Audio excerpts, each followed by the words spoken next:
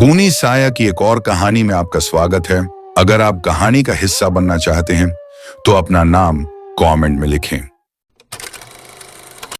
पूनम बहुत ही सीधी सादी और बेहद सुंदर लड़की थी। उसकी बड़ी बड़ी मासूम आंखें और शांत स्वभाव हर किसी का दिल जीत लेते थे। लेकिन उसकी जिंदगी आसान नहीं थी। उसका परिवार बहुत गरीब था। उसके पिता एक छोटे किसान थे जो दिन रात खेतों में मेहनत करते थे और उसकी माँ लोगों के घरों में काम करके घर चलाती थी। गरीबी के बावजूद पूनम ने कभी शिकायत नहीं की। अब उसकी उम्र शादी लायक हो चुकी थी और माता पिता उसकी शादी को लेकर चिंतित रहते थे। एक दिन अचानक उनके घर एक रिश्ता आया। लड़के वाले बहुत अमीर थे। लड़का सरकारी नौकरी करता था और उसका नाम साहिल था। इतना अच्छा रिश्ता देखकर पूनम के माता पिता को विश्वास ही नहीं हुआ। पूरे मोहल्ले में यह खबर आग की तरह फैल गई।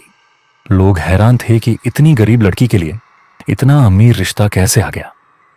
कुछ लोग खुश थे, लेकिन कई लोगों के दिलों में जलन भर गई। उनके घर के पास ही एक औरत रहती थी जिसके बारे में कहा जाता था कि वह काला जादू जानती है। लोग उससे दूर ही रहते थे। उसे जब पूनम की शादी की खबर मिली तो उसकी आंखों में अजीब सी चमक आ गई। वह मन ही मन कुछ बड़बड़ाने लगी।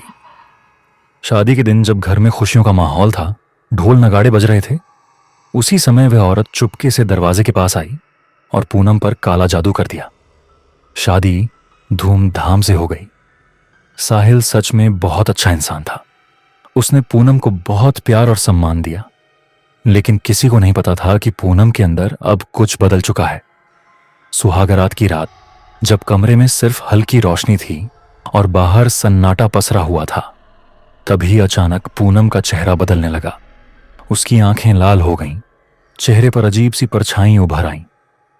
उसके होठों से एक डरावनी भारी आवाज निकली जो उसकी अपनी आवाज नहीं थी। साहिल घबरा गया। उसने देखा कि पूनम के नाखून लंबे और काले हो रहे हैं। उसके बाल अपने आप हवा में लहराने लगे, जबकि खिड़कियां बंद थीं। कमरे का तापमान अचानक ठंडा हो गया। पूनम जमीन से थोड़ा ऊपर उठ गई और जोर जोर से हंसने लगी। उसकी हंसी पूरे घर में गूंजने लगी। साहिल डर के मारे दरवाजे की ओर भागा, लेकिन दरवाजा अपने आप बंद हो गया। पूनम की आंखों में अब इंसानियत का कोई निशान नहीं था।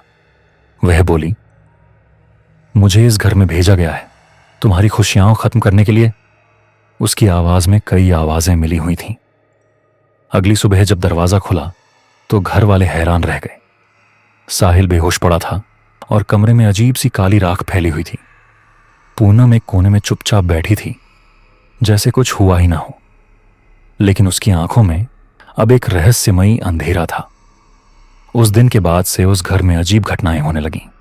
रात को किसी के रोने की आवाज आती, दीवारों पर परछाइयां चलती दिखती, और साहिल को धीरे धीरे समझ आने लगा कि उसने जिस लड़की से शादी की है वह सिर्फ एक लड़की नहीं, बल्कि एक खौफनाक साया है जो काले जादू के कारण इस दुनिया में इंसान का रूप लेकर आया है।